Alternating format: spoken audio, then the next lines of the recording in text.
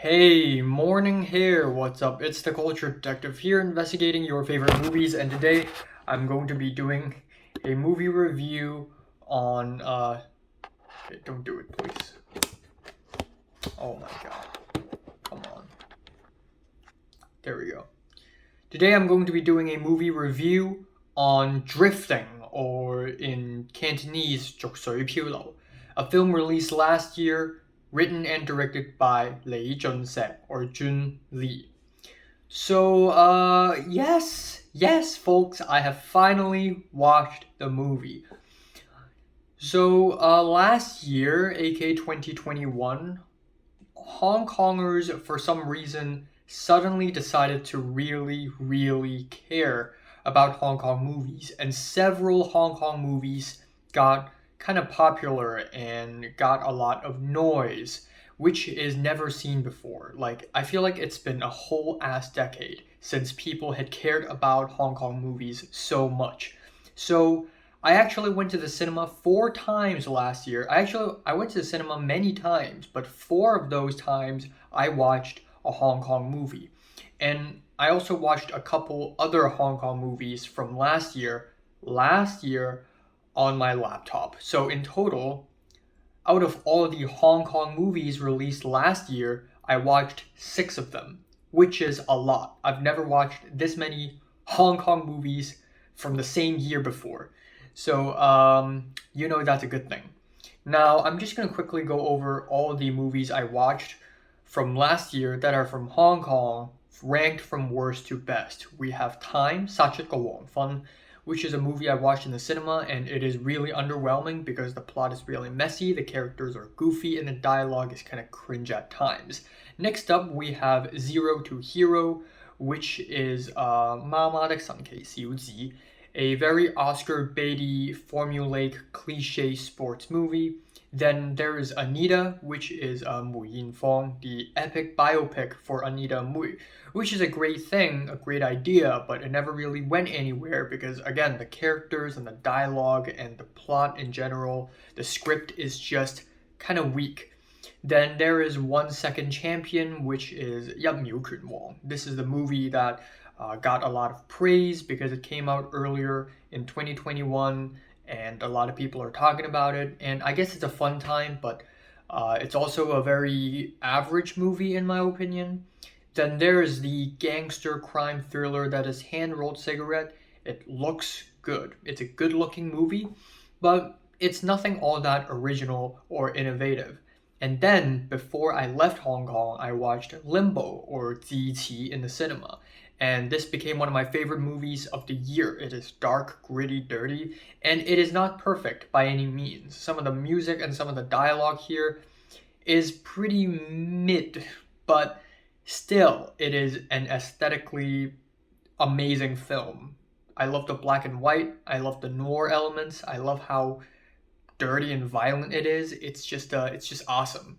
But there is one movie that I've been dying to watch since a long time ago, since like May last year, but never got the chance to watch it because by the time I find out about this movie is already gone from the cinemas. So now I need to wait for the DVD or the Blu-ray release and somehow find a way to watch it on my laptop. So that day finally came. So I actually watched the first half of Drifting on an airplane, a flight from Hong Kong to San Francisco. And I watched half of the movie, and then the plane landed and I couldn't finish it. So I waited, and finally, about a couple months ago, I found a way to watch it, but I never got around to it until last night. I finished Drifting. And let me tell you, this is an amazing movie. This is basically an ultra realistic movie about homelessness, about the homeless people of Hong Kong. And that's it. This movie follows a group of homeless people living in Sum Sui Po, which is the slum district in Hong Kong. And it follows a few characters. We have our main character played by Francis Ng Zhenyu, who gives an absolutely amazing performance. And we have him with his drug addiction, him trying to sort of deal with his guilt after he lost his son, and his wife left him, and then we have another we have another character who has some mental disabilities, who's a really nice guy but can't speak really well. And then we have several other characters as well. And this film just sort of follow them in a very realistic manner. This is not a super fun and vibrant and energetic movie or anything, because it doesn't try to be. This movie is like a news article. And that makes a lot of sense because Jun Lee didn't come out of filmmaking. He didn't study film. Jun Lee, the writer and director of this film, actually studied journalism. So it would make even more sense for him to make an entire movie about homelessness. So there is something so realistic and so grounded about this movie. It's like the characters you see in this movie could actually exist in real life. And it's so real and it's happening right in front of you. And watching this movie makes me feel like I'm living with them as well. I'm also roaming around the streets, eating scraps of food for lunch and dinner, being all sad and depressed. I'm with them while watching this movie. And what I also love is that this movie is realistic, but I also don't find it slow paced at all. I think the pacing of this film is perfect for the kind of theme and the kind of tone that this movie is going for. Of course, this movie is not super fast-paced and action-packed, but we follow these characters, and these characters have goals. They have wants and they have conflicts. And we sort of see them overcome these conflicts or do something about them at the very least. So by the end of the film, all of these character arcs are resolved in a very conclusive way. Whether it is a sad ending or a happy ending, they're all kind of resolved. And it's really good. It's really accessible because of that. So if you want to get into slower, more realist films, like Drifting would be a really great place to start. Now let's talk about the performances. They are amazing. Francis Ng is, I am shocked that he's able to pull off a performance like this. This might be the performance of his lifetime. This is amazing. If he doesn't win like an award for this movie, that would be a crime because he totally melted into his own character. The hunching, the eyes and the mouth being really tired. It's obvious that he's a junkie. The constant swearing. There's a lot of swearing in this movie, but it never feels gratuitous. It just feels really realistic. Like these characters would really always swear. And it's amazing. It's really amazing. And other actors and actresses gave really great performances as well. And then, because the performances are so good, I legitimately care about the characters. There's one scene where a Vietnamese refugee video called his son sort of halfway into the movie, and that scene almost made me cry. It's so real and it's so heartfelt and also so painful at the same time.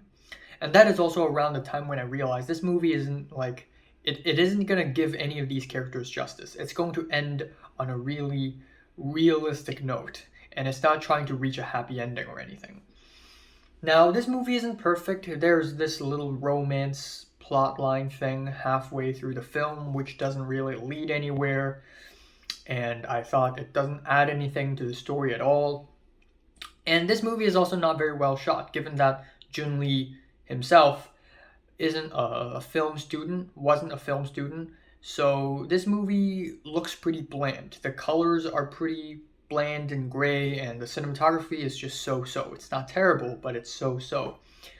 But still, with a script this strong, with a story this great, I still managed to enjoy this movie really much. I mean, after watching this movie, I just really want to grow up to write some ultra realistic freaking stories that really reflect on the society, because this movie just sort of inspires me to do that.